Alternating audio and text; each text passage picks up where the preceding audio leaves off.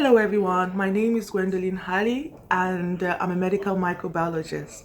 If you have just joined this channel guys, please do subscribe. Here we talk about hygiene, we talk about health talks, menstrual health, sexual health, how to groom yourself, keep yourself. We talk about formulation of household cleaning products, skincare products. We talk about how to grow a business, and it will please you to know that I'm also a founder and CEO of the Health and Medical Empire. So I can give you a lot of business tips on how to run a successful business in Africa, and to God be the glory, you shall be a billionaire. Do subscribe and turn on the notification button. Today we are going to talk about female hygiene and female grooming. If you just joined us, we have several videos on hygiene. I think male hygiene and male grooming, and we have another video on how to watch a penis or a manhood. Do look through our videos, subscribe and share, and we are moving stronger together. Hallelujah. First thing I want to say when it concerns a woman is it is very important for a woman to groom herself, to keep herself neat. This is regarded whether you're married or not, whether you are working or not. I think there is this saying in the Bible that cleanliness is not in the Bible. There is this saying, common saying, which is not in the Bible, but that cleanliness is next to godliness. And in Isaiah chapter 1 verse 16, it says that we should wash ourselves and keep ourselves clean. So the Bible also knows the importance of being clean. We'll do two parts because it's very long. We'll do part one and the second part later. The first thing I want to talk about in a women's hygiene and women's grooming is a woman should wash her hair. In this day and age, you find out that many women keep hairstyles for more than 2 months. Now, there are two main disadvantages or aftermath of that, or when you keep. Firstly, your hair breaks. Your hair breaks. If you have African hair, your hair will tangle. Your hair begins to smell, because remember, the oils you put on your hair, especially if that oil contains paraffin or white oil or mineral oil, the sebum, the sweat on your hair oozes out an odor, a bad odor from your hair. And also your hair begins to itch a lot.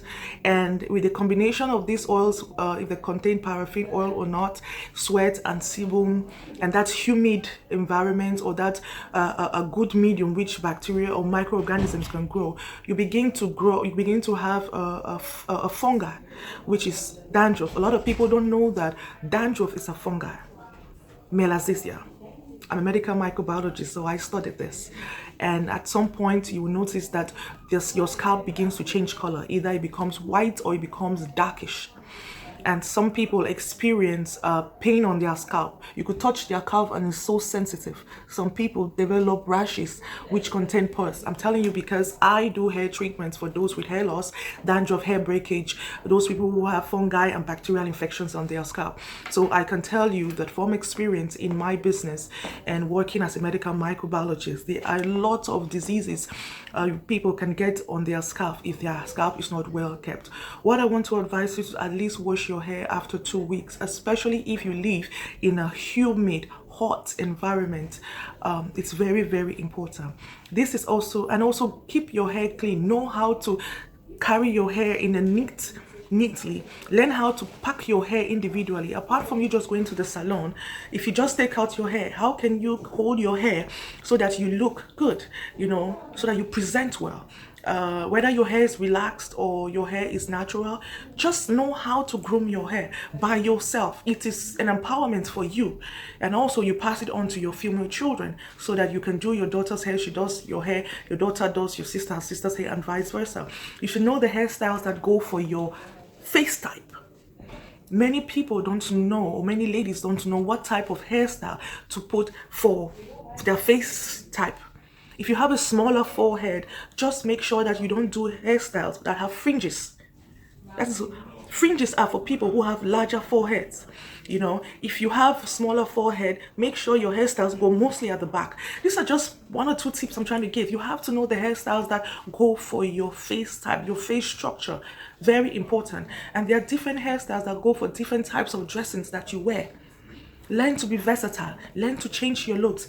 Don't be so tied to wearing one type of hairstyle.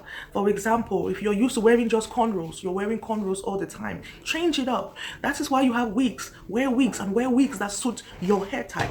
But I will always advise women, learn to carry your hair. Avoid wearing weave-ons,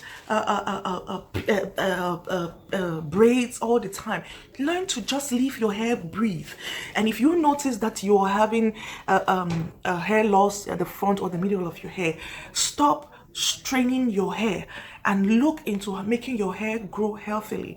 I have a lot of videos on hair growth on my channel, so do take a look at it.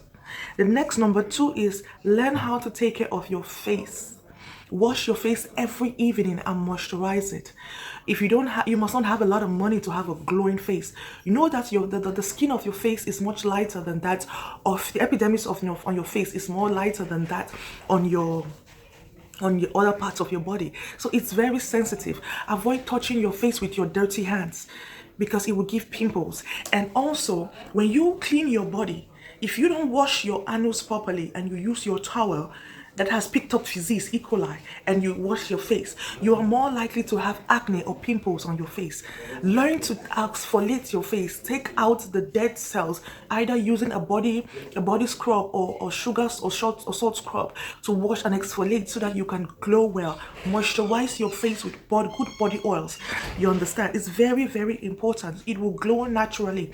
Use a lot of creams, or your night cream should contain more vitamins that will rejuvenate your face and give you a younger look, a younger complexion. Hallelujah. If you lighten your skin or you're bleaching your skin with chemicals, know that the collagen production and the elastin production of your face on your skin will reduce, and you have the tendency to look older than naturally you should, and your face will wrinkle more, and you will have dark circles more and hyperpigmentation. Please do select your creams very, very well. You can brighten your skin using vitamins other than using chemicals. Hallelujah. Our next point is clean your ears with words, not with the cock of a pen. It is very dangerous. You find a lot of people cleaning their ears with the cock of their pen, or they use the pen and send in the pot. It's very dangerous. Use cotton buds instead, and clean your ears thrice every week. If you notice that your ears after a month, after 3 weeks or a month, if you notice that you can't hear very properly, go to the hospital and get the excess wax flushed out so that the wax does not go right to your eardrum and affect your listening. Hallelujah. Now, also, trim the hair in your underarms. It is very disgusting for a woman who wears sleeveless clothing. When she lifts up her hand, you can see hair in the underarm. What is even more disgusting is if your underarm is dark, has been hyperpigmented. I would also like to advise that before you buy a deodorant, check if it's got aluminium. Aluminium is an ingredient that is put in deodorant or antiperspirant in order to avoid excess sweating. And, look for deodorant that doesn't have aluminium. Aluminium is responsible for giving dark armpits or dark underarms. So trim your armpit, and if you are sensitive to shaving beaks, use the creams in your armpit, because even shaving with a shaving blade or this darkens the armpit as well. So you have shaving blades and aluminium that cause dark armpits. Why don't you use shaving cream and stick it out? Or if you're shaving with a blade or shaving blade, use the shaving foam. Don't use soap. A lot of people use soap in their armpits. Hallelujah.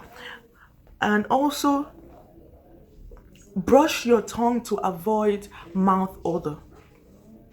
If you have a hole in your tooth, it is very important that you feel it, because when food particles settle in it, they'll begin to ferment, and that tooth begins to smell. Many people who have mouth odor is because they have holes in their teeth, or a teeth has been removed and it hasn't been filled, or they have holes in their teeth or tooth, and also they don't brush their tongue. Brush your tongue, fill the holes in your teeth, and disinfect your mouth constantly with apple cider vinegar. It helps a lot. And don't forget to brush your tongue. Very, very important. And brush all through the sides of your mouth. And use lemon lemon juice in your armpits. You can take a lemon, dice it into two, and just rub it in your armpits. It will change the pH of your skin to 4.5 to 5.5, and in between that range, you are less likely to have body odor. You will still perspire or sweat normally, but you won't have body odor. Hallelujah. And using lemon also kills bacteria, which will gives that annoying smell, especially if you live in a humid area. Once every month, take a lemon and do the juice and do rub it in your armpit. I also like to say the next point is moisturize your skin well. If you bleach your skin, make sure that you use products that contain either vitamin A, vitamin B, vitamin C, or vitamin E, particularly at night, to rejuvenate your skin. And make sure if you're bleaching your skin, you know that you are exposed to looking older than you normally do. You are exposed to type 2 stretch marks. That means the stretch marks that break through the epidermis and get right to the dermis of the skin. You're exposed to hyperpigmentations on your skin. You are exposed to body odor, because depending on what you are using to bleach your skin, some of these chemicals penetrate the dermis and get into the bloodstream. Remember, the skin is an organ. When it gets there, it just messes up your whole excretion system, and these chemicals accumulate. And that is why it's very important, if you bleach your skin, try and you live in a humid environment. Even if we work in an AC office, shower twice a day, at least twice a day. Very, very important. And also, don't forget to clean your navel button. That means where your umbilical cord was cut, even if it's still out. For some people, their umbilical cords, they have a puffed up navel. Some people, it's right inside. If it's inside, you take a clean face towel and just clean. When you're bathing, just wash it properly. A lot of people have dirt right into their umbilical cord. And not to tell you, avoid touching your umbilical cord every now and then, because it may cause some stomach upset. Hallelujah. Another thing I want to say is, do not repeat underwear. Even your body shaper, which you wear underneath your clothing, do not repeat it. When you take it out, you wash. Especially if you live in a humid environment, wear cotton underwear to avoid vaginal itches. Very important. And also shave and trim your pubic hairs. Now, why am I saying this? It is very important because when you pee, even though you clean yourself with tissue paper, most of the pee still left on the pubic hairs, and that gives you smell. It keeps your under area, your woman part, smelly. And also, if you're married and you're having sex with your spouse, just know that these pubic hairs will be entering inside your vagina, and it will cause bruises on your vaginal walls. Hallelujah. So trim it, or you trim it out with the scissors. Have a spare scissors for it. I do not advise people to use shaving creams down on that area. Not good. Just use a good shaving blade that has a shaving beak stick that has 3 blades. When it has 3 blades, it's less likely to give you bumps or rashes or darken your pubic area. And this goes for the same for shaving the armpit. If you are using the shaving foaming cream to wash your armpit, not soap, try to get the shaving stick that has 3 blades, because it wouldn't darken your armpit or give you rashes. It's less likely to. And hallelujah. And make sure when you're shaving, you shave from down to up. You don't shave like this. You shave from down to up so that it reduces you from getting rashes. Another thing I want to say is, I've heard a lot of women talk about washing their vagina, and I think I did a video on this. I think I did a video on a woman peeing through her vagina. A woman doesn't pee through her vagina. I did a video, a lot of women who wash their vagina with alum to tighten their artificial virginity. Do look on my videos and you will see a video concerning that and the side effects of all of that. And the vagina has a cleaning system all by itself. So you do not need to put soap, liquids, anything in it, because it has natural bacteria that keeps that place fresh and clean. So what I'm trying to say is, just clean the outer parts of your womanhood. Clean your clitoris, wash your clitoris and your vulva. Very, very, very important. Now, and the next video, I'm going to tell you a lot more, part 2 of this, on how you should clean yourself down there. That means from your waist downwards. So we have done from the hair to the pelvic. So from the pelvic, your waist downwards, we'll be treating that in part 2. Do comment, do suggest topics which you want me to talk about. Do encourage, do share, and spread the love, because cleanliness is sure next to godliness.